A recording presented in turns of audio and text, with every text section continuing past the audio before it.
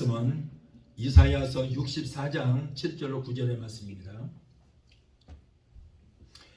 이사야서 64장 7절로 9절에 있는 말씀 우리 함께 봉독하겠습니다. 주의 이름을 부르는 자가 없으며 스스로 분발하여 주를 붙잡는 자가 없사오니 이는 주께서 우리에게 얼굴을 숨기시며 우리의 죄악을 인하여 우리로 소멸되게 하셨음이니이다. 그러나 여호와여 주는 우리 아버지시니이다. 우리는 진흙이요 주는 토기장이시니 우리는 다 주의 손으로 지으신 것이라. 여호와여 과히 분노하지 마옵시며 죄악을 영영히 기억하지 마옵소서. 아멘. 기도하시겠습니다. 잠조신 아버지 감사합니다. 오늘도 부족한 어린이전서 오셨습니다. 하나님 감히 말씀을 대언합니다. 두렵고 떨리는 마음으로 섰습니다. 성령께서 이 종을 붙들어 주시옵소서. 입술에 기름 부심이 넘치게 되게 도와주시옵소서. 말씀은 증각된 말씀이 불이 되고 검이 돼서 우리의 영과 혼과 및 관절과 골수를 찔러 쪼개는 능력의 말씀이 되게 도와주시고, 말씀 들을 때 우리 하나님의 세미한 음성이 들려지는 이 시간 되게 도와주시옵소서. 악한 눈수마귀를 멸하주시고 오직 성령께서만 이 시간을 주관하시고 하나님 영광 받으시고 높임 받아 주옵소서. 예수 이름으로 감사하며 기도합나이다. 아멘. 할렐루야. 오늘 이사야서 64장 7절로 9절을 본문으로 해서 하나님을 붙잡자, 하나님을 붙잡자라고 하는 제목으로 함께 은혜를 받고자 합니다. 여러분, 사람은 이 세상을 누구나 혼자서는 살아갈 수 없습니다. 인간은 세상에 태어난 그 순간부터 무엇인가를 붙잡고 살아가게 되었어요. 때로는 부모나 형제 또는 남편이나 아내나 자식을 붙잡고 살아갑니다. 자신의 기술이나 재능이나 명예나 권세를 붙잡고 살아가기도 합니다. 어떤 사람은 잘못된 종교, 우상, 미신 또는 자신의 사주팔자를 붙잡고 살아가는 사람도 있습니다. 어느 것 하나도 붙잡지 않고는 살아갈 수 없는 것이 바로 연약한 우리 인간인 것입니다. 그런데 무엇을 붙잡고 살아가느냐 하는 것이 여러분 우리에게는 매우 중요하다는 거예요. 세상의 대부분의 사람들이 잘못된 것을 붙잡고 살아가다가 실패와 불행으로 끝내버리는 것을 우리가 많이 볼 수 있습니다. 여러분, 사람을 붙잡고 살면은 실망하기 쉽습니다. 돈이나 권력이나 명예를 붙잡고 살면은 여러분 그것들이 영원하지를 못하는 것이 오래가지를 못합니다. 그러면 우리는 무엇을 붙잡고 살아야만 영원한 축복과 승리를 할 수 있을 것인가? 바로 하나님을 붙잡아야 된다. 하나님의 도우심을 받아야 돼. 그러기 위해서는 오직 하나님을 붙잡아야 된다. 하나님을 붙잡을 때 하나님께서 우리를 도와주시게 될 줄로 믿습니다. 자, 첫째로 하나님을 버리고 잘못된 것을 붙잡은 사람들을 보겠습니다. 아담은 첫 언약을 받은 자입니다. 하나님께서 천지 만물을 창조하시고 그리고 그 가운데 가장 아름다운 에덴 동산을 만드시고 에덴 동산에 낙원을 만드시고 그리고 당신과 똑같은 형상인 아담과 하와를 만드신 후에 하나님께서 창조하신 모든 창조물들을 누리고 다스리고 지배하고 정복하고 살기를 원하시고 또 그렇게 지시하셨던 것입니다. 그러나 동산 중앙에 있는 선악과 말은 절대 따먹지 말라. 먹은 날에는 너희가 정령 죽으리라 라고 하는 첫 언약을 주셨어요. 이것이 인간과 하나님과의 관계에서 맺은 첫 언약이요, 첫 계명이요, 첫 율법인 것입니다. 그런데 아담은 하나님과의 그 약속을 어기고 결국 배신하고 말았어요. 마귀가 인간을 유혹할 때 사용하는 미끼가 있습니다. 옛날 아담과 하와를 그 유혹할 때 사용했던 그 미끼를 그대로 했고 예수님에게도 사용했고 그 미끼를 오늘날 우리에게도 그대로 사용하고 있다는 거예요. 무엇입니까? 선악과 여러분이 먹음직도 하고 보암직도 하고 보기에 지혜롭고 탐스럽기도 한 것들, 이것들을 유혹을 했어요. 그런데 예수님도 40일 동안 예수님께서 굶주릴 때 무엇으로 유혹했어요? 이 돌을 떡을 만들어서 먹어라. 야, 육신의 정력입니다. 이것이 바로. 그리고 모든 천하를 다 보여줬어요. 보여주면서 나에게 까딱 절만하면 이 모든 것을 다 주겠다. 이게 안목의 정력이에요. 그리고 예수님들은 저 높은 데서 뛰어내려봐라. 그러면서 당신을 붙들어 줄 것이다. 그리고 당신을 역시 하나님의 아들이로다 하고 환영해 줄 것이다. 그러므로 그렇게 하면은 이 모든 영광이 당신에게 돌아갈 것이다. 이 세상 자랑, 영광, 권력, 부귀, 자 이런 것을 말하는. 그런 여러분 오늘날도 똑같습니다. 예수님을 미혹했던 그 방식 그대로 오늘날도 먹음직도 하고 육신의 정욕과 보암직도 하고 암흑의 정욕과 보기에 주롭고 탐스럽기도 한 것들, 이 세상 자랑, 명예, 영광, 권력, 이러한 것들로 우리를 유혹을 하고 있어요. 그래서 아담도 결국에는 이러한 유혹이 좋아서 선악과를 따먹고 말았습니다. 그 순간 죄와 사망이 그들에게 들어왔어요. 그 순간 아담을 위해서 지음받은 모든 창조물들이 저주를 받게 되었고, 아담의 혈통을 통해서 태어난 모든 인간은 저주와 원죄가 전이되어서 태어나고 그걸로 인해서 결국 죽고 망하게 되었다는 거예요. 여러분, 아담은 하나님의 명령을 버리고 마귀의 유혹을 붙잡은 그 결과로 비참한 죄악의 시조가 되고 만 것입니다. 열왕기상 16장에 나오는 아방은 처음에는 하나님께 인정받은 그런 사람이었습니다. 아방은 아버지 오므리 왕의 대를 이어서 하나님의 선민인 이스라엘의 왕이 되었습니다. 그는 부귀와 영화와 권세를 한 몸에 다 지닌 아주 행운하였습니다. 그러나 이 놀라운 축복을 그는 어떻게 감당했습니까? 아방은 탈선된 잘못된 우상을 쫓다가 결국 망하게 되었어요. 아방은 이방 나라 엣발의 딸 이세벨과 혼인을 했습니다. 이세벨은 발과 아세라를 섬기는 아주 신봉자였어요.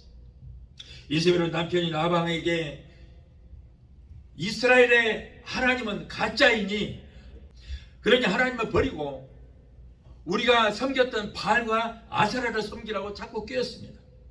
아방은 부인의 치마 정치에 놀아나 결국 여호와를 섬기는 선지자들을 전부 다 죽이, 그들은 하나님의 제단까지 모두 다 불태버리고 말았습니다.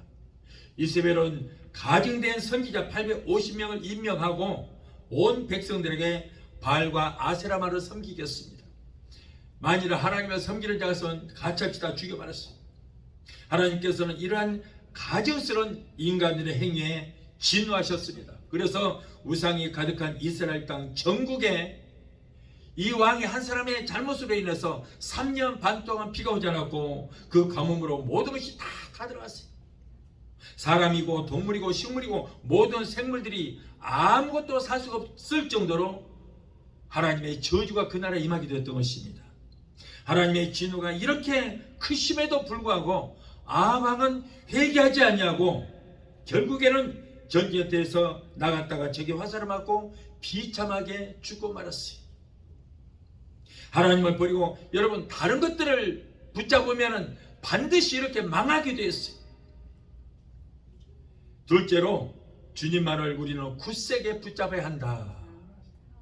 창세기 32장 20절로 30절을 보면은 어려움에 처한 야곱이 얼마나 몸부림치면서 목숨 걸고 하나님을 붙들었는지 모르겠어요.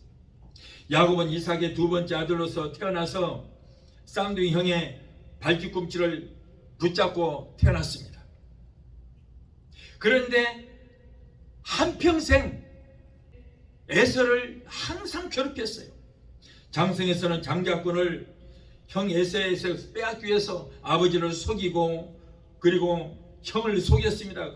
그리고 결국에는 재산까지 빼앗기 위해서 외삼촌 라반까지 속였던 것입니다. 그리하여 부인이 4명, 아들이 11명, 종이 수십 명이요 수천만 달러에 해당하는 재물을 모았지만은 정당한 방법으로 모은 재산이 아니었기 때문에 결국에는 어려움을 만나게 되었습니다. 야곱은 큰 위기를 만났을 때 그는 어떻게 했습니까? 그는 하나님만을 붙들었어요. 외삼촌 군대에 쫓기고 그리고 형 에세 군대에 쫓겼습니다. 그럴 때 야곱은 내 힘으로는 도저히 어찌할 수 없으니 나는 하나님만 붙들어야 됐다고 생각했어요. 저자와 인연을 끊었습니다. 그리고 혼자 남아서 몸부림치면서 하나님만 붙들고 그는 기도했습니다. 사흘 밤낮을 금식하고 철회하며 부르짖고 기도했습니다. 이때 하나님의 사자가 찾아왔어요. 야곱은 그 천사를 붙들고 나를 축복해 주기 전에는 절대로 놓지 않겠다고 씨름을 하다가 결국에는 환도뼈가 위골이 되었습니다. 그래도 하나님의 사자를 놓지 않고 그는 몸부림을 쳤어요. 대통령을 움직이는 일이 힘든 일이라면 하나님을 움직이는 일은 더욱더 힘든 일이기 때문에 예수님도 기도하실 때에 땀방울이 핏방울이 땅에 떨어지도록 몸부림치면서 기도했어요. 야곱은 씨름에 이겨서 살든지 아니면 져서 죽든지 결판을 내야 되겠다고 처절한 회개와 함께 매달리다가 결국에는 하나님의 사자를 이겨서 이스라엘이라는 이름을 얻게 되었고, 그리고 삼촌과 에서의 마음을 하나님께서 이 야곱이를 불쌍히 여기는 마음을 갖게 했어요. 기고만장했을 때는 야곱이를 절대 용서할 수가 없었죠. 그런데 이제 위골이 되어서 다리를 쩔뚝거리고 완전히 불구자가 되었으니 아무리 원수라고 할지라도 불쌍한 마음을 갖게 된 거예요. 결국에는 이제 하나님께서 그들의 마음을 움직여서 죽음에서 면하게 되었고 결국 문제가 해결되는 그런 역사가 일어나게 되었던 것입니다. 이처럼 주님을 똑바로 붙드는 자가 응답을 받고 예비하신 축복을 소유할 수 있게 된 줄로 믿습니다. 역대하 18장에 보면은 남유다 왕 여호사밧에서 기록되었습니다. 그는 매사에 무엇을 하든지 하나님께 기도하고 물어보는 그런 사람이었어요. 여호사밧은 무슨 일을 하든지 그의 앞에 난관이 생길 때마다 먼저 하나님께 물어보고 하나님께서 지시하는 대로 하나님의 뜻대로 움직이는 그런 왕이었습니다. 무슨 일을 만나든지 하나님께 물어보고 하나님만 의지하는 그에게 하나님께서는 그를 축복해 주셔서 부귀와 영화를 누리게 하셨고, 그리고 그가 다스리는 남유다도 든든하게 견고하게 서도록 축복해 주셨던 것입니다. 하나님께서는 언제나 그와 함께 하셨다고 했습니다. 여러분, 그는 참 선지자였어요. 하나님께서 인정하는 그런 참 선지자였던 것입니다. 어느 날 북이스라엘의 7대 왕인 아방이 여호사밧에게 찾아왔습니다. 자, 우리가 남유다와 북이스라엘이 연합을 해서 연합군을 만들어서 길르앗 라봇이라고 하는 나라를 우리가 칩시다라고 제의를 해왔습니다. 여호사밧 왕이 이제 찬성을 했습니다. 그러자 군대의 힘은 배가 되었습니다. 그러나 여호사밧은 군대와 무기가 그리고 전략이 좋아서 우리가 싸워서 이기는 것이 아니고 하나님께서 이기게 해주셔야만 된다. 그래서 먼저 우리가 전쟁에 나가면 승리할지 패할지, 또 우리가 전쟁하는 것이 하나님의 뜻인지 아닌지 먼저 물어보자, 이렇게 제의를 했습니다. 그럴 때 아방은 하나님께 물어보는 것을 싫어했어요. 그러나 여호사밧의 간절한 간청에 못 이겨서 결국 거짓 선지자 400명을 데려다가 물었습니다. 그들은 한결같이 이 거짓 선지자들은 왕이여, 이번엔 전쟁터에 나가면 꼭 이길 것입니다 라고 거짓 예언을 했어요.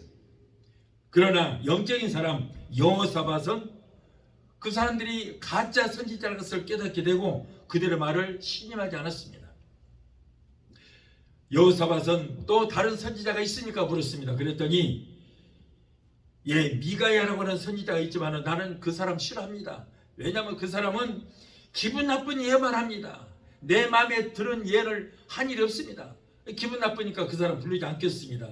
그러자 여호사밧은 그 사람이 참 선지자입니다. 그러므로 그 사람은 불러와야 된다고 했어요.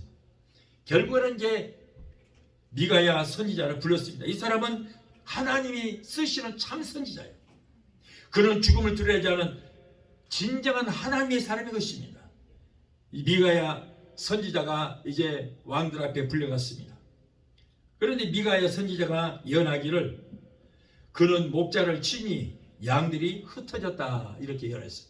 하나님께서 그를 치니, 목자를 치니 그들의 양들이 다 흩어졌다. 이런 예언을 했습니다. 이 말은 왕이 죽으니까, 하나님의 진노로 말미암아 왕이 적들에게 죽으니까 나라가 패전할 것이다. 이러한 예언을 했어요. 아합은 노발대발해서 자기 마음에 들지 않는 또 예언을 한다고 해서 미가야 선지자를 옥에 가두고 심한 고문을 했습니다. 그리고는 미가야 선지자의 말을, 예언을 무시했어요.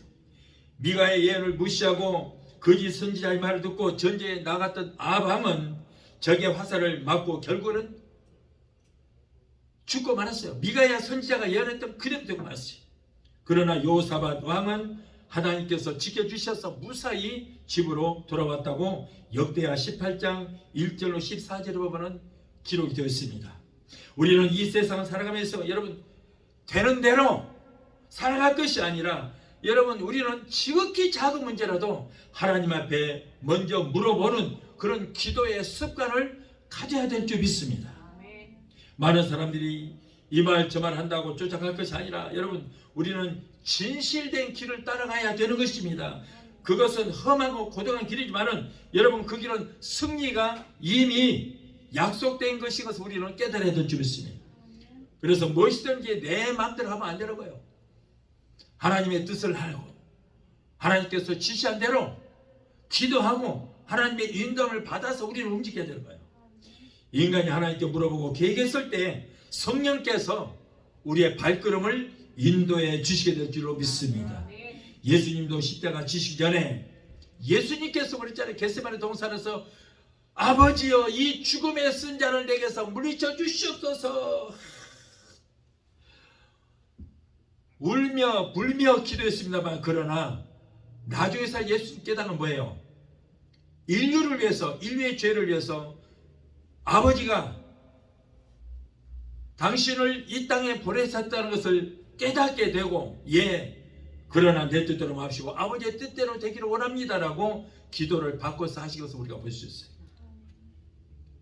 자, 셋째로, 그러면은 하나님은 누구를 붙잡아 주실까? 먼저 겸손한 자를 붙잡아 주신다. 성경 신구약에 보면 문자적으로 겸손이라고 하는 단어가 40번이 나와요. 구약에 30번, 신약에 10번이 나옵니다. 겸손은 주님의 인격이며 성도가 추구해야 할 성품인 것입니다. 겸손은 바로 마음이 가난한 것으로 천국 문을 여는 열쇠가 되는 것이고 모든 축복을 담는 그릇이 되는 거예요. 겸손하면 하나님께서 사용하시지만은 교만하면 결국 패망하게 되는 것입니다. 교만한 마음은 패망의 선봉이요 거만한 마음은 넘어짐의 앞잡이라고 그랬어요. 그래서 하나님은 겸손한 자를 붙잡아 주신다고 약속을 하셨습니다. 시편 147편 6절을 보면 하나님께서 겸손한 자를 붙드시고 악인은 땅에 엎드려 뜨시는도다 라고 했어요. 겸손한 자를 붙드신다 하나님. 또 하나님은 겸손한 자를 구원하신다고 했어요. 욥기 22장 29절을 보면 사람들이 너를 낮추거든 너는 교만했느라고 말하라. 하나님은 겸손한 자를 구원하신다. 하나님은 겸손한 자를 구원하신다. 또 하나님은 겸손한 자를 그 소원을 들어주신다고 했어요. 시편 10편 17절에 여호와여 주는 겸손한 자의 소원을 들으셨사오니 그들의 마음을 준비하시며 귀를 기울여 들으시고 라고 했어요. 겸손한 자의 기도를 들으시고 겸손한 자의 소원을 이루어주신다는 것. 그래서 하나님께서 특별히 사랑하는 사람들은 일부러 고통을 주어서 교만을 깨뜨리고 겸손하게 하신다 그랬어요. 시편 107편 12절에 보면 그러므로 그가 고통을 주어 하나님이 그에게 고통을 주어서 그들의 마음을 겸손하게 하셨으니 라고 그랬어요. 그들이 엎드려져도 돕는 자가 없었도다. 여러분 하나님께서는 쓰시기 위해서 교만한 자를 꼭 꺾어서 그 교만을 버리고 겸손하게 그 불순물을 그들에게서 제거하셔서 겸손하게 하시기 위해서 꼭 연단을 주시는 거예요. 하나님이 쓰시는 사람은 그냥 쓰는 게 아니에요. 있는 대로 쓰는 것이 아니고 여러분 연단하시는 것입니다. 연단해서 그 사람에게서 그 교만의 불순물을 제거하고 결국 겸손하게 하셔서 여러분 이런 사람을 쓰시게 되는 거예요. 그런데 그들이 엎드려져도 돕는 자가 없었다고 그랬잖아요. 이게 하나님께서 연단을 하셔서 쓰시기 위해서 지금 교만을 깨뜨리시는데, 그러다 보니까 어려움에 처하면 불쌍히 보이잖아요. 그래서 사람들이 그 사람을 도와주는 경우가 있어요. 아이고 얼마나 애쓰시니까, 얼마나 고통을 당하십니까, 불쌍하다고 도와주면은 하나님께서 그 사람을 쳐버립니다. 하나님의 일을 방해하는 거예요. 지금 그 사람 하나님께서 쓰시기 위해서 연단을 시키는 건데 불쌍하다고 한다고 도와줘봐요. 그러나 하나님께서 하실 일이 지금 잘못되고 있는 거예요. 하나님께서는 그 사람을 가만두지 않는 겁니다. 그러니까 나 보고 무조건 불쌍하다고 도와줄 것이 아니고 그 사람을 위해서 기도해야 되는 거예요. 그 연단을 잘 이겨낼 수 있도록 기도해야 된다, 그런 말씀인 거예요. 여러분 돈뿐이나 있다고, 그리고 권력이 있다고 교만한 사람은 사람을 사람으로 취급하지 않습니다. 주님은 그러한 자를 엎드리게 만든다. 성 어거스틴은 말하기를 주님이 쓰시는 사람이 되기 위해서는 첫째도 겸손이요, 둘째도 겸손이요, 셋째도 겸손이라, 이렇게 말했어요. 일생을 겸손하게 살면 하나님께서 붙들어 주신다는 것을 믿게 되시기를 예수 이름으로 축원합니다. 겸손해야 돼요. 우리가 무엇이간데 교만할 것이 무엇이며 겸손하지 않을 수가 있겠습니까? 여러분 성경에 보면은 이사야서 41장 14절로 16절을 보면은 뭐라고 그랬어요? 우리는 지렁이 맛도 못한다라고 그랬어요. 지렁이 맛도 못하다. 그리고 우리는 질그릇 맛도 못하다고 그랬어요. 질그릇. 여러분 그런데 질그릇 맛도 못한 우리가 교만할 것이 뭐 있습니까? 여러분 질그릇도 몇 천도 되는 불 속에 집어넣고 구우면은 아주 단단한 그릇이 됩니다. 아주 아름답고 단단한 그릇이 되는 거예요. 그런데 저와 여러분들은 하나님께서 진흙으로 흙을 빚어서 만들었지만 우리는 굽지를 않았기 때문에 그냥 흙덩어리에 불과한 거예요. 질그릇밭도 못하다는 거예요. 그러나 우리는 성령의 불로 구워지면 여러분 하나님 앞에 귀하게 쓰는 그릇이 되게 될 줄을 믿습니다. 그래서 우리는 성령의 불독한 집 속에 한번 들어갔다 나와야 되는 거예요. 하나님이 도와주시지 않고 붙들어주시지 않으면 여러분 우리는 단 1분 1초도 우리의 능력이나 힘으로는 살아갈 수 없습니다. 우리는 그러므로 하나님 앞에 겸손해야 될 줄로 믿습니다. 또한 의인을 붙들어 주신다. 의인을 붙들어 주신다. 시편 37편 17절에 악인의 팔은 부러지나 의인은 여호와께서 붙드시는도다. 여러분 인간은 누구나 죄인으로 태어났습니다. 그러나 예수 그리스도를 영접하고 철저히 회개하는 사람은 죄에서 구원함을 받아서 용서받은 의인이 되었기 때문에 하나님은 그런 사람을 붙들어 주신다. 그러면 구약에 훌륭한 사람 셋이 있는데 아브라함과 모세와 다윗이 있습니다. 하나님이 귀하게 쓰셨어요. 그런데 이들은 인격이 좋은 사람이었어요? 아니요. 너무나 인격이 좋지 않은 사람이에요. 그런데 하나님이 쓰신 거예요. 아브라함은 첩을 얻어서 거기서 잘못된 자식을 낳아서 지금도 그 아브라함의 실수 때문에 온 세계가 그들의 후손들의 그 테러 때문에 골치를 앓고 있어요. 그럼에도 불구하고 하나님이 쓰신 거예요. 모세는 사람을 죽인 살인자였어요. 그리고 그런 도망자였습니다. 그럼에도 하나님께서는 그를 쓰신 거예요. 다윗은 남의 아내까지 빼앗고 그 여인의 남편까지 전쟁터에 내보내서 그냥 죽이기까지 하는 이런 악한 자입니다. 그들이 과거에는 이렇게 큰 죄인이었지만은 하나님께서 그럼에도 불구하고 그들을 택하사 의롭게 만들어서 엄청난 큰 일을 맡기시고 큰 일을 감당하게 하셨던 것입니다. 신약에도 사도들 중에 베드로와 사도 바울은 하나님 앞에 크게 쓰임을 받았어요. 베드로는 예수님을 배반하는 자요, 비겁하기 짝이 없는 자요. 예수님 앞에서 내가 결코 저자를 저주하고 맹세하느니 저자가 누구인지 알지 못한다 라고 어린 비자 앞에서 그렇게 배신했던 사람이에요.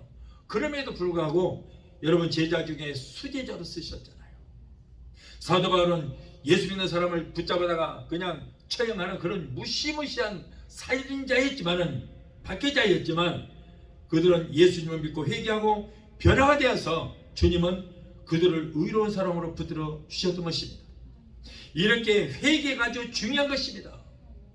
오늘날도 정말 예수 믿는 사람들 중에서도 아니 정말 저 사람 예수 믿을까 할 정도로 정말 악한 사람들 많아요.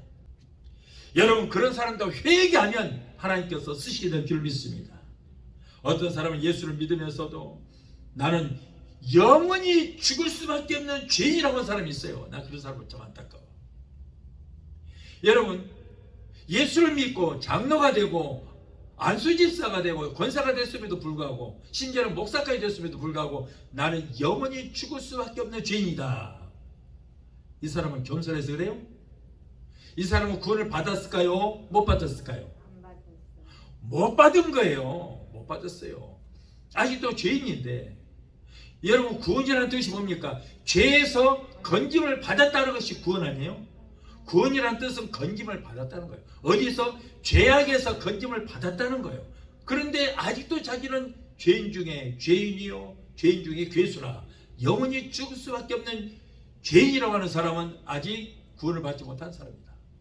심지어는 예수는 그 사람과 상관이 없는 거예요.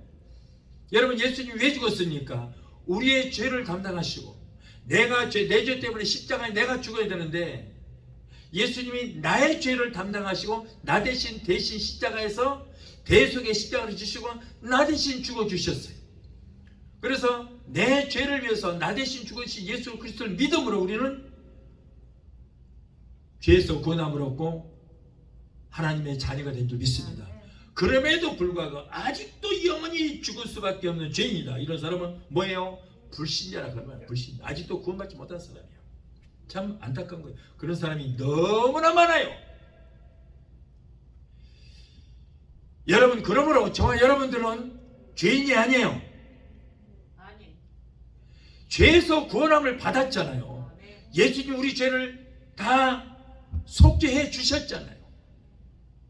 그러므로 우리는 죄인이라는 의식을 버려야 돼요. 아멘.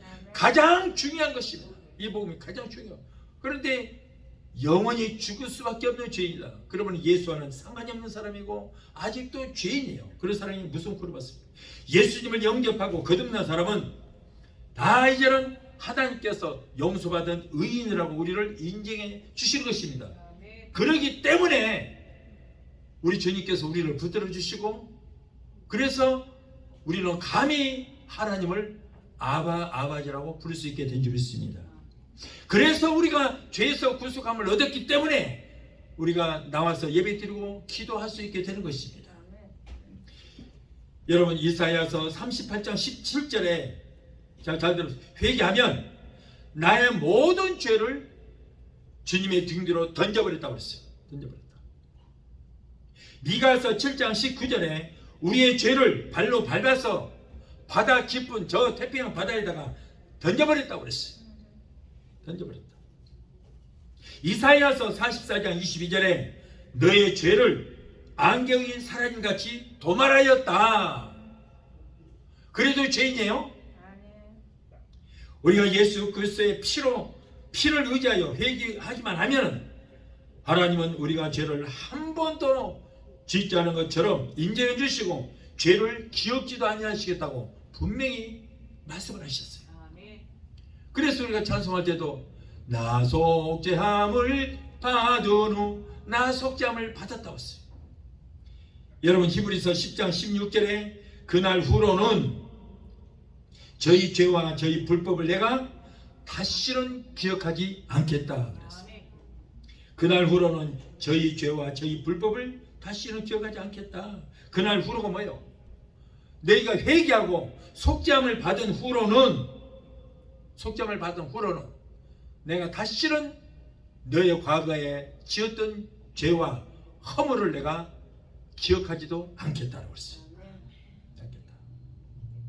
그러므로 마귀와 율법과 내 안에 있는 나의 양심이 너는 죄인이다. 마귀가 자꾸 그런 거예요. 내 안에 있는 양심이 내 안에 있으니까 내 편을 들어줘야 되는데 내 편을 들지 않고 자꾸 너 어느 날 어느 시에 무슨 죄를 지었지 않았느냐, 자꾸 나를 정죄하는 거예요. 그리고 사람들도 나의 불법과 죄를 기억하고 정죄합니다. 그러나 우리 하나님은 아니다, 너희 죄와 불법을 내가 다시는 기억지도 않겠다라고 분명히 우리에게 약속하셨어요. 그러므로 저와 여러분은 이제 죄에서 자유함을 얻어야 될 줄 믿습니다. 그래도 아직도 죄인이에요. 죄인이라면 여기 와서 하나님 앞에 예배 드릴 자격이 없는 거예요. 죄인이라면 하나님 앞에 감히 하나님 앞에 기도할 수도 없는 거예요.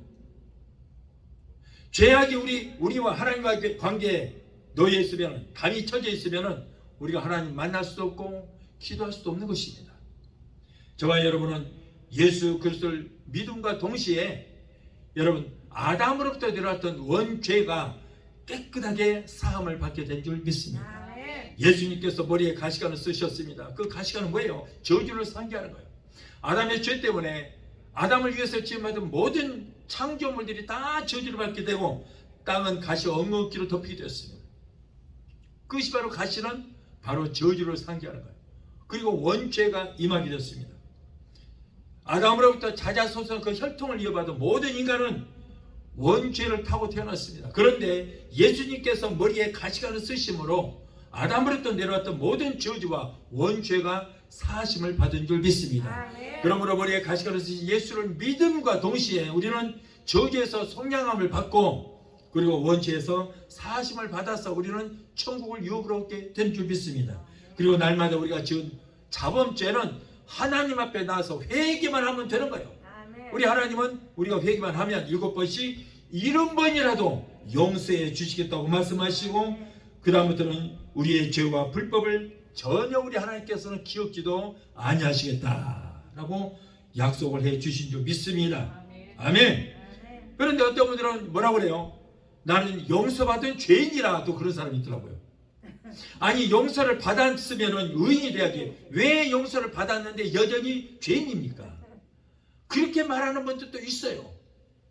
여러분 이거는 정말 잘못된 것입니다. 만일 그렇게 되면 예수 그리스도의 십자가가 헛되고 마는 것입니다. 우리는 여러분 맨 먼저 해야 할 것은 죄에서 자유함을 얻어야 될 줄 믿습니다. 다음으로 하나님은 강구하는 자를 붙들어 주신다. 마태복음 14장 30절로 31절에 주여 나를 구원하소서 하니 예수께서 즉시 손을 내밀어 저를 붙드시며 그랬어요. 베드로가 예수님께 가려고 예수님께서 저기 물 위를 걸어오시니까 자기도 예수님처럼 걸어보겠다고 물로 뛰어들었는데 처음에는 걸었어요. 예수님만 바라보고 걸었어요. 그런데 옆에서 파도가 철썩 쳐서 자기를 얼굴에 끼얹어지니까 예수님을 바라보고 할 때는 걸을 수 있었는데 그 환경을 바라보느라고 예수님께서 눈을 뗐더니 환경 속에 빠지고 말았어요. 빠졌어요. 그럴 때 베드로가 주여 나를 구원하소서 내가 죽게 되었나이다. 예수님께서 믿음이 적은 자여 왜 의심하느냐. 때로는 우리는 신앙생활 하다가 어려운 환경에 빠질 때가 있습니다. 얼마든지 누구라도 빠질 수 있습니다. 그럴 때마다 주님 앞에 간절히 구하면은 주님께서 구원의 손길을 내미시며 우리를 붙들어 주시게 될 줄 믿습니다. 하나님은 참으로 좋으신 우리 아버지십니다. 예수님도 참으로 좋으십니다. 성령님은 보혜사로서 우리를 도와주시는 것입니다. 그러나 마귀는 우리를 도적질하고 죽이고 멸망시킵니다. 자, 우리의 영혼을 도적질하고 우리의 행복을 도적질하고 그리고 우리의 건강을 도적질하고 우리의 물질을 도적질하는 이런 도적놈이다 그런 말이에요. 도적놈. 그래서 우리를 이렇게 모든 것들을 도적질하고 우리의 영혼을 죽이고 우리를 멸망해 구렁텅이로 끌고 가는 것이 마귀가 하는 일인 것입니다. 이 마귀는 우리를 죄짓게 하고 죄진 다음에는 죄의식에 사로잡혀서 좌절하고 낙심하게 됩니다. 그러니까 우리가 예수를 믿고 회개했음에도 불구하고 마귀가 자꾸 너는 죄인이다 죄인이다 정죄하는 거예요. 그러니까 사람들이 예수를 믿으면서도 죄의식에 빠져서 자유함을 얻지를 못하고 아직도 죄의 늪에 빠져서 허우적거리겠어요.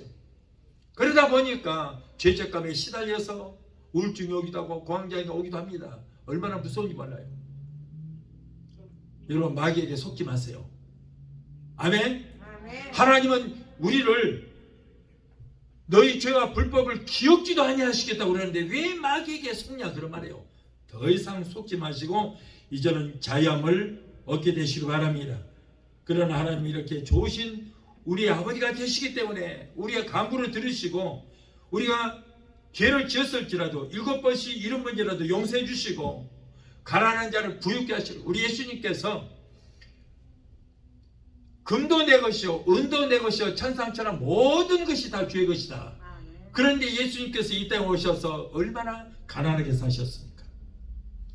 공중에 나는 새도 깃들 곳이 있지만 그리고 여우도 이슬을 피할 동물이 있지만 인자는 몸둘 곳이 없다 할 정도로 그렇게 가난하게 사시면 왜 그래요? 그 가난함을 인하여 우리를 부욕케 하게 함이라. 우리의 가난을 다 짊어지시고 내가 너희의 가난을 짊어질 것이니 너희는 이제 부유하라는 거예요. 구약에는 하나님을 잘 섬기는 부유케 하신다, 복 주신다 그랬어요. 그러면 신약에 와서는 어떻게 되느냐? 신약에 와서는 복과는 상관없이 구원만 주장하셨느냐? 아니죠. 영혼이 잘됨 같이 모든 범사가 잘되고 복을 받아 잘되고 영육간의 강건한 복을 받기를 원한다. 그래서 예수님은 이 땅에 오셔서 축복 플러스 구원을 가지고 오셨다. 구원을 가지고 오셨다. 그래서 우리는 여러분 예수 믿으면 어떤 사람은 그래요. 축복하면 기복신앙이라고 그래요. 그러면서도 그런 말 속지 마세요. 성도들한테는 그렇게 말하면서 뒷공문지로는 주여 우리 자식도 복 주시옵소서 그렇게 기도해요. 기독교가 복의 종교이기 믿습니다. 하나님은 복의 근원 강림하사 찬송하게 하소서. 하나님만이 복의 근원인 거예요. 딴 데에서 복 빌려고 하면 안 됩니다. 하나님만이 복의 근원이 되신 것입니다. 그래서 하나님 우리가 다 부유하기를 원하시고 또 병든 자들을 다 고쳐주시기를 원하시는 것입니다. 예수님께서 여러분 예수님께서 39대 매를 맞으시고 왜요? 내가 채찍에 맞음으로 너는 나음을 입었다. 우리의 질고를 다 담당하시고 예수님께서 우리의 병을 고쳐주시기 위해서 채찍에 맞으신 거예요. 그래서 우리는 건강해 하기를 원하시는 것입니다. 또한 실패하면 성공으로 인도하셔서 기필코 하나님의 자녀된 우리를 승리하게 해 주시는 것을 믿으시 바랍니다. 또한 하나님께서는 병상에 있는 자를 붙들어 주십니다. 시편 41편 3절에 보면 여호와께서 쇠약한 병상에서 저를 붙드시고 저의 병중 그 자리를 다 고쳐 펴시나이다. 바로 여호와 라파 치료의 하나님이에요. 치료의 하나님. 쇠약한 병상에서 저를 붙들어 주시고 저의 병중 그 자리를 다 고쳐 펴시나이다. 우리가 살다 보면 몸에 중한 병이 들어서 고통을 당할 때가 있습니다. 그러나 절망적인 병상에서 하나님 앞에 부르짖을 때에 우리를 건져주시고 아직도 생명을 유지하여 저와 여러분들도 오늘 이 자리에 나오게 된 줄 믿습니다. 저도 이번에 정말 죽음의 자리에까지 가게 되었어요. 여러분 아마도 나 같은 병이 걸린 사람 없었을 거예요. 없어요. 죽음의 자리에서 나를 건져주셨어요. 나는 하나님만 붙들었습니다. 하나님. 밤이고 낮이고 하나님만 붙들었어요. 의사만 붙든 것이 아니고 저는 하나님만 붙들었어요. 하나님. 하나님만이 나를 살릴 수 있기 때문에 하나님만 붙들었어요. 그랬더니 하나님께서 나를 유경에서 건져주시고 사망에서 새 생명을 주신 줄 믿습니다. 얼마나 감사한지 몰라요. 이번에 휴스턴도 나는 못 갈 거라고 포기하고 있었다가 하나님이 고쳐주시니까 가라고 그러는구나. 그래서 갔다 왔어요. 잘 갔다 왔어요. 비행기를 4시간씩 어떻게 타고 갈까? 그런데 아무런 문제 없이 잘 갔다 왔어요. 피곤한지도 말이에요. 잠 3시간 4시간밖에 안 잤는데도 피곤한지도 모르고 오히려 독시 같은 셈이 막 넘치는 거예요. 하나님이 붙들어 주시더라고요. 여러분 이렇게 하나님만 붙드니까 하나님이 나를 책임져 주셨던 것입니다. 비가 오지 않을 때는 아무리 땅을 파도 가뭄을 해결하지 못합니다. 여러분 가물했을 때는 위로부터 피가 내려와야 되는 거예요. 하나님이 내려주셔야 되는 것입니다. 중환병이 들었을 때 외롭고 괴로울지라도 눈물로 하나님만 붙들고 기도하면 하나님께서 붙들어 주시고 병상에서 일으켜 주시게 될 줄 믿습니다. 예수님은 우리의 영혼만 소중하게 여기시는 것이 아니에요. 우리의 영혼만 구원시키는 것이 아니에요. 이 땅에서 정말로 저주 가운데 살다가 내 영혼만 죽어서 천국 가면 되지, 이건 너무 잘못된 복음이에요. 이거는 잘못된 거예요. 우리 주님은 영혼이 잘된 것처럼 이 땅에 살면서 손으로던 모든 범사가 다 잘되고 영육이 강건한 복을 받기를 원하신 줄 믿습니다. 그래서 우리가 건강하는 것도 하나님의 축복이에요. 예수님께서 이 땅에 3년 반 동안 사역하시는 동안 그분의 사역 중 3분의 2가 병 고치는 데 사역하셨어요. 3분의 2가 어디를 가든지 먼저 병을 고치시고, 제자들에게도 어디 가든지 복음을 증거하기 전에 병든 자가 있으면 그들을 고치라고, 그러고 나서 복음을 전하라고 말씀하셨어요. 여러분, 오늘날 저는 안타까운 것이 있습니다. 교회에서 주의 종들이 과거에 2000년에 예수만 증거하고 있어요. 역사 속에 예수만 증거하고 있어요. 예수님께서 2000년 전에 중자도 살리고 병자도 고쳤단다. 2000년 전에 성경은 하나의 역사책이 되고 만 거예요. 그러나 여러분, 예수님의 역사는 2000년 전이나 오늘이나 어제나 오늘이나 앞으로도 영원토록 이 땅에 교회가 존재하는 한은 동일한 역사가 일어나게 될 줄 믿습니다. 아멘. 우리는 2000년에 죽어버린 예수를 믿는 게 아니에요. 죽었다가 십자가에서 죽음의 사망 권세를 이기시고 살아계신 예수를 믿기 때문에 2000년 전에 일어났던 역사는 오늘날도 일어나야 정상인 줄 믿습니다. 예수님께서는 너희는 나보다 더 큰 일을 행하리라 그랬잖아요. 예수님께서 행하셨던 그 일을 사도들이 행했고, 오늘날도 그 모든 것들을 오늘 교회에다가 위임하셨어요. 하늘과 땅의 모든 권세를 아버지께서 내게 주셨다. 그런데 이 모든 권세를 내게 위임한다. 그러므로 너희는 모든 족속을 제자 삼아 아버지와 아들과 성령의 이름으로 세례를 주고 내가 너희에게 분바 모든 것들을 가르쳐 지키게 하라. 볼지어다 세상 끝날까지 내가 너희와 항상 함께 있으리라. 아멘.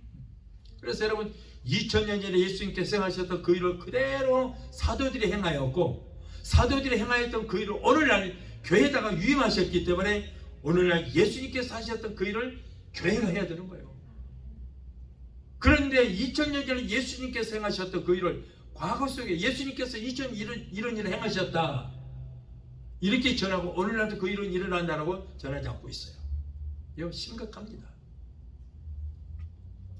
여러분, 우리 하나님께서 우리의 영혼도 소중하게 여기시지만 영혼을 담고 있는 우리의 육신도 귀하게 여기신 줄 믿습니다. 아멘. 영혼은 여러분 육신 안에 있잖아요. 육신이 없어지면 영혼도 없어지는 거예요. 그래서 우리 주님은 우리를 질병에서 치료하시기 위해서 40대 한 대 가만 39대 매를 맞으시고 뼈가 으스러지고 살이 찢기고 피를 흘려주신 거예요. 이사야서 53장 4절로 5절을 보면은 그런 실로 우리의 질고를 지고 우리의 슬픔을 당하였거든 우리는 생각하기를 그는 징벌을 받아서 하나님께 맞으며 고난을 당한다 하였다 하였노라. 그가 찔림은 우리의 허물을 인하며 그가 상함은 우리의 죄악을 인함이라. 그가 징계를 받음으로 우리가 평안을 누리고 그가 채찍에 맞음으로 우리가 나음을 입었다. 그가 찔림은 우리의 허물을 인하며 그가 상함은 우리의 죄악을 인하니라.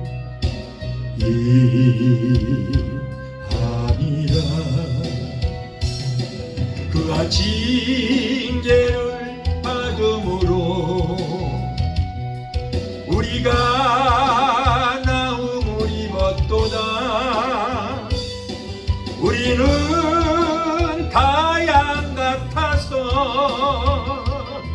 그릇 행하여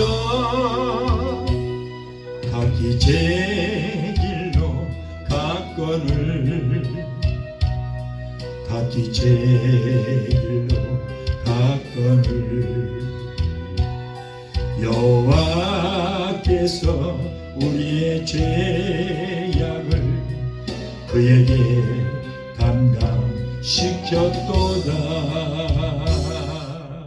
아멘. 자, 마지막 넷째로 주님을 굳게 붙잡고 놓지 말아야 합니다. 아가서 3장 4절을 보면은 마음에 사랑하는 자를 만나서 그를 붙잡고 내 어미 집으로 나를 잉태한 자의 방으로 가기까지 놓지 아니하였노라고 했어요. 이것을 바꿔 말하면은 사랑하는 사람을 찾아서 만나거든 붙잡고 놓지 말아라, 꼭 붙잡아라 하는 거예요. 하나님을 만나면은 놓치지 말고 끝까지 붙잡아라. 그렇다면 우리 주님을 붙잡기 위해서는 어떻게 해야 될까요? 먼저 손이 비어 있어야 된다. 빈손이 돼야 된다. 다른 것들은 여러분 양손에 가득 붙잡고 있으면은 주님을 붙잡을 수 없는 거예요. 물질과 부귀와 영화와 세상 것들, 헛된 것들을 붙잡고 있으면 주님을 올바로 붙잡을 수 없습니다. 손에 있는 것들을 다 버려야만 우리가 주님을 온전히 붙잡을 수 있게 되는 것입니다. 옛날에 롯은 소돔성이 망하기에 앞서서 천사가 소돔성을 떠나라고 지시했습니다. 그런 소돔성에서 정치 기반을 든든히 잡고 있는 사람이었는데 정치인에게 생명과 같은 이 정치 기반을 포기하고 떠나는 거예요. 많은 재산도 다 놓고 떠났습니다.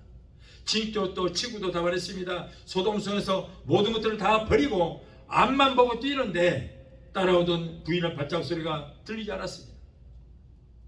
뒤로 돌아보고 싶었지만 어떠한 일이 있어도 절대 뒤를 돌아보지 말라는 하나님의 명령을 아내보다 더 붙잡았기 때문에 그런 끝내 구원을 받을 수 있게 되었던 것입니다.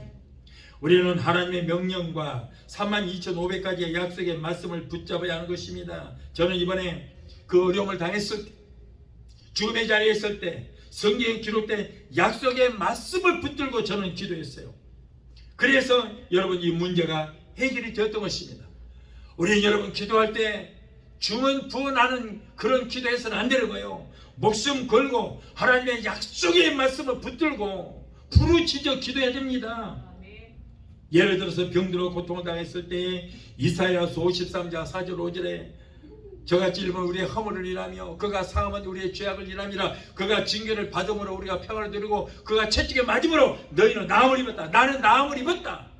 예수님께서 2000년 전에 소리난 땜매를 맞으시고 조목사야 내가 채찍에 맞음으로 너희 병을 다 치료해 놓았다. 일을 다 이뤘다고 선포하실 때 나는 2000년 전에 이미 고침을 받았다. 그러므로 내게 있는 병은 너는 허상이다. 내가 예수 이름으로 멸하니 허상을 따라 갈지어다. 이 약속의 말씀을 붙들고 기도하는 거예요. 예, 세상 말로 기도하면 여러분 응답이 없어요. 하나님께서 약속하신 32,500가지 그 성경에 기록된 약속의 말씀을 붙들면 그리고 기도하면 하나님도 꼼짝없어요. 야고보서 5장 15절에 믿음의 기도는 병든 자를 구하나니 주께서 저희를 일으키시리라. 이 약속의 말씀을 붙들고 기도해요.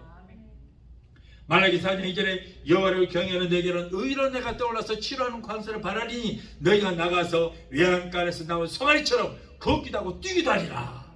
이러한 약속의 말씀을 붙들고 약속의 말씀을 붙들고 기도할 때에 여러분 우리의 모든 문제는 해결되게 될 줄 믿습니다. 이러한 약속의 말씀을 붙들고 기도할 때에 그래서 저는 병에서 고침을 받게 되었던 것입니다. 하나님 이렇게 약속하셨는데 그 약속 하나님 이 약속에 말씀하시지 않았어요. 그 약속의 말씀을 기도하기는 하나님이 나 몰라 그러면 한 일 없어 라고 하겠어요? 꼼짝없이 해결을 줄 수밖에 없는 거예요. 너는 내게 부르짖으라 내가 내게 응답하겠고 내가 알기보다 그거 비밀한 기적의 역사를 보이리라. 약속의 말씀이에요. 이게 환난 날에 나를 부르라 내가 너를 건지리니 네가 나를 영원롭게 하리라. 약속의 말씀이에요. 너는 내 이름으로 무엇이든지 구하라 내가 시행하리라. 이런 약속의 말씀을 붙들고 기도하면 어떤 문제라도 해결받게 될 줄 믿습니다. 세상 말로 하지 마세요. 인간의 말로 하지 마세요. 성경에 기록된 말씀을 갖고 하세요. 약속의 말씀에 하나님은 거짓말을 못하세요. 거짓말을 못하시는 하나님이 당신이 약속의 말씀을 주셨는데 이 약속의 말씀을 딱 들어대는데 뭐라고 하겠어 하나님. 틀림없이 여러분 문제를 해결해 주시는 것입니다. 저는 지금까지 그렇게 살아왔습니다. 병이 들었을 때도 여러분 저는 병도 잘 들어. 병도 무서운 병도 들어요. 그런데 병원에 가서 병명은 다 알아왔는데 단 한 번도 수술해 본 일이 없어요. 한 번도 없어요. 다 하나님 지금까지 약속의 말씀을 붙들고 기도했더니 하나님이 고쳐주시고, 우리가 여러분 가정문제, 생활 문제, 여러 가지 문제 있을 때 이 약속의 말씀 붙들고, 그래서 성경을 많이 알아야 돼요. 많이 읽고 약속의 말씀이 있으면 그걸 빨리 기록하세요. 그래서 기도할 때 그걸 보고 하나님 이렇게 약속하지 않았어요, 약속대로 해주세요 하고 기도하면 하나님이 두 손만 타더래요. 그게 문제 해결받는 방법인 것입니다. 주여 이렇게 해주시고 저렇게, 그거보다도 할 수 있지만은 하나님의 약속의 말씀을 붙들고 기도하십시오.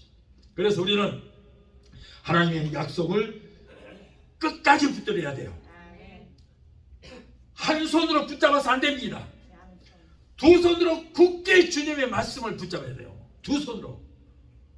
근데 양쪽에 손에 다른 것들이 주의져 있으면 주님을 붙잡을 수 있어요, 없어요? 없어요. 놓으세요. 버리세요. 주님만 붙잡으세요. 우리의 생명처럼 여기는 어떤 것이 있어도 그것을 버리고, 아무리 중요한 것이 있을지라도, 아무리 비싼 것이 있을지라도 그것을 버리고, 그리고 두 손으로 주님을 붙들게 되시기 바랍니다. 야곱이 헌도뼈가 이골이 되어 죽을 정도가 되어도 다 버렸어요. 다 버렸어요. 다 버렸어요. 가족들까지 다 버렸어요. 그리고 천사를 놓지 않고 붙드는 것처럼 우리도 죽을 일이 있어도 절대 우리는 하나님을 놓치지 않고 하나님만을 붙들어야 될 줄 믿습니다. 약속의 말씀을 절대로 놓치지 말고 붙잡아야 돼요. 성도는 신앙을 삶의 제1로 삼고 살아야 돼요. 우리가 가진 이 직업이 본업이 아니라 우리가 신앙생활을 하는 것이 우리의 본업이 되고 내 삶이 부업이 되어야 될 줄로 믿습니다. 우리는 주님만 끝까지 붙들어야 돼요. 주님만 붙들 때 주님도 나를 붙들어 주시고, 그렇게 될 때 내가 주님을 붙들고 주님이 나를 붙들어 주실 때 여러분 능치 못할 일이 없게 된 줄로 믿습니다. 온 힘과 뜻과 정성을 다하여 주님을 굳세게 붙잡고 살다가 큰 축복을 받고 영원한 승리자 빛의 사람들이 다 되게 되시기를 예수 이름으로 축원합니다. 우리 찬양하시고 기도하시겠습니다. 내가 주를 향하여 눈을 들리라. 나의 도움 어디서 오나. 전진 만물 지으시 너와 나를 만드시 창조의 주 하나님, 축복의 주 하나님, 부르짖으라 부르짖으라 너는 내게 부르짖으라. 응답하리라 응답하리라. 크고 비밀한 일 내게 보이리라. 내가 주를 향하여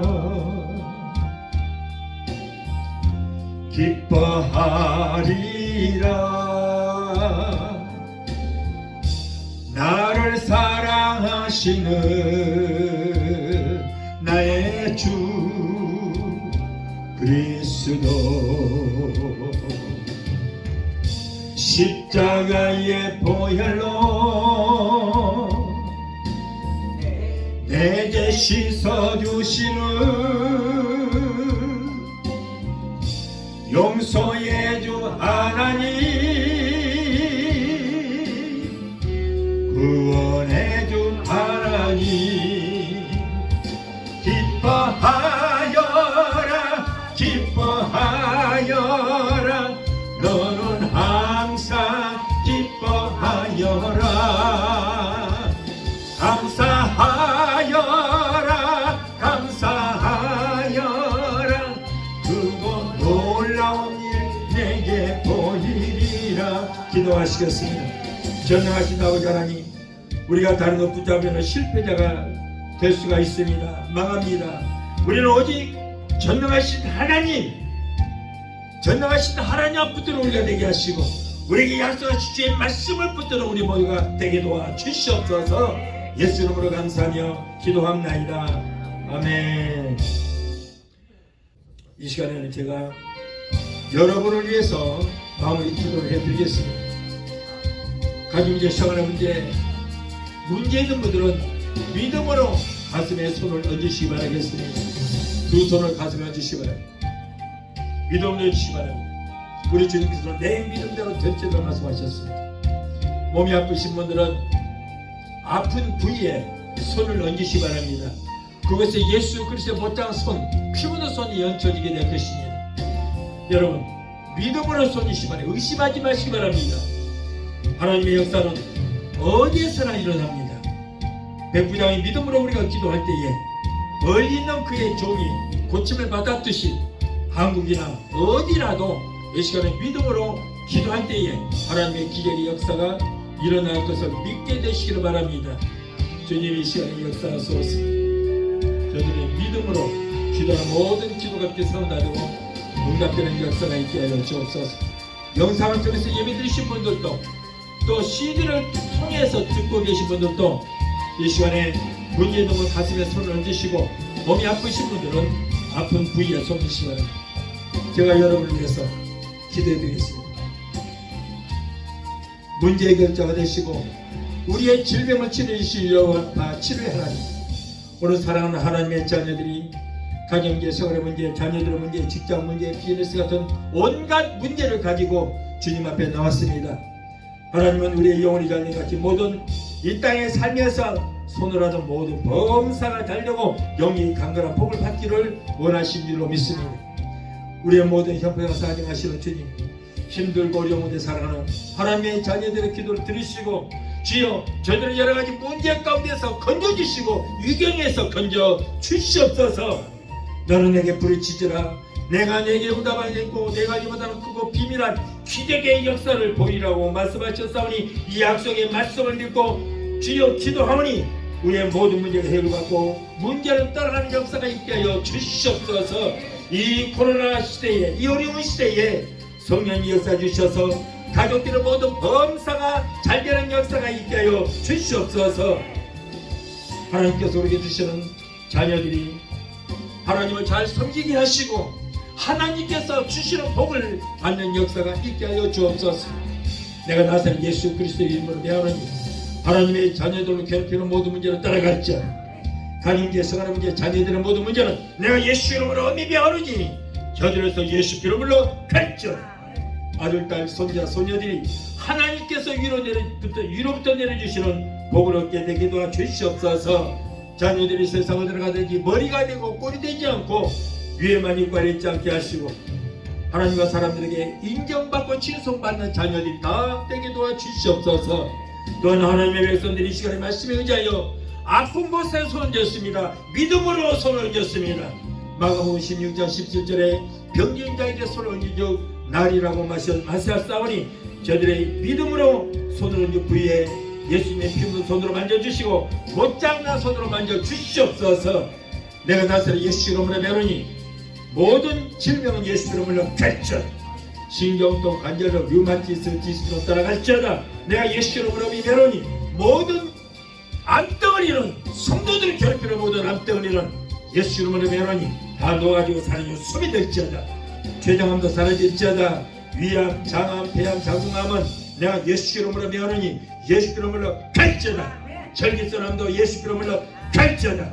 모든 암은 성령의 불로 소멸되고 사라지게 될지어다. 신부전증, 심근경색, 심장 부정맥, 신장염은 내가 예수 이름으로 명하노니 깨끗하게 고침받을지어다. 신경수, 위장병, 위염, 위궤양, 소화불량은 내가 예수 이름으로 명한다. 저들에서 물러갈지어다. 갑상선도 따라갈지어다. 중풍병, 소마비, 대상, 포진, 통풍은 내가 예수 이름으로 명하노니 예수 이름으로 갈지어다. 성도들에서 물러가라. 우울증, 공황장애, 불면증, 폐스, 공포증을 가져다 주는 악한 노수마귀 귀신들아 내가 예수 이름으로 명하노니 예수 피로 저들에서 묶임을 놓고 물러갈지어다. 이게 너희들은 상관이 없다. 예수 피로 산 하나님의 아들 딸들이다. 저들에서 예수 피로 물러 갈지어다. 예수 피로 묻기 말고 물러 갈지어다. 하나님 고쳐주신 감사합니다. 믿음의 기도는 병든 자를 고나르니 주께서 저희를 일으키시리라고 말씀하셨습니다. 여호와를 경외하는 너희에게는 의로운해가 떠올라서 치료하는 광사를 바라니 너희가 나아서 외양간을 낳은 소관처럼 걷기도 하고 뛰도록 말씀하셨습니다. 저가 채찍에 맞음으로 너희는 나무리 입었다. 병든 자에게 손을 기도 나리라 말씀하고 주여 약속의 말씀을 붙들고 기도합니다. 내 믿음대로 될지도록 말씀하시고 치료의 광선을 베풀어 주시옵소서. 하나님 고쳐주신 감사합니다. 아기를 갖기로 원하나 수태팀보단 젊은 부부들에게 태를 열어주시옵소서. 귀한 선물을 하나님 허락하여 주시옵소서. 사랑하는 하나님의 자녀들에게 코로나 일절 틈타지 못하도록 예수 피로 머리끝부터 발까지 덮어주시고 성의 불단과 불공으로 막아 주시옵소서. 오늘도 종의 기도를 들으시고 문제를 해결하신 하나님 감사합니다. 세계 어느 곳에든지 믿음으로 기도하는 하나님의 자녀들의 모든 기도를 들으시고 저들의 모든 질병을 치료하여 주시옵소서. 그 무엇보다도 병든 영을 고쳐주시고 병든 믿음을 치료하여 주시옵소서. 모두가 항상 성령 충만 제충만 은혜 충만 제충만 은사로 충만하게 되게 도와주시옵소서. 하나님 종의 기도를 주시고 모든 병에서 고쳐주시고 모든 문제를 떠나가게 하여 주신 하나님 감사합니다. 주님 영광 받으시고 높임 받아 주시옵소서. 예수 이름으로 감사하고 축복하며 기도옵나이다. 아멘. 할렐루야. 하나님께서 우리의 기도를 들으셨습니다. 응답하셨습니다. 이루어 주셨습니다. 우리의 문제는 다 이미 떠나갔습니다. 아멘. 마음의 병 유시려면 모든 질병은 다 떠나갔다는 것을 믿게 되시기를 예수 이름으로 축원합니다.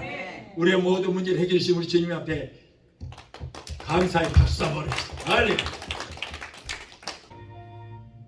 지금은 죄에서 우리를 구원하신 우리 주 예수 그리스도의 그 무한하신 은혜와 아들까지도 아끼지 아니하시고 우리를 위해서 내어주시기까지 우리를 사랑하시는 아버지 하나님의 그 극진하신 사랑과 보혜사 성령님의 내주 교통 충만 역사하심의 은혜가 오늘 주일 예배 참석하여 말씀으로 오래받고 돌아가는 귀한 성도들의 가정과 가족과 직장과 사업장과 자녀들과 성업과 모든 범사 위에 오늘 유튜브를 통하여 함께 예배에 참여하는 사랑하는 하나님의 귀한 성도들의 가정과 가족과 직장과 사업장과 자녀들과 성악과 모든 범사 위에 저들을 섬기는 교회 위에 베데스다 순복음교회 지금부터 영원토록 함께 하시기를 간절히 축원하옵나이다. 아멘.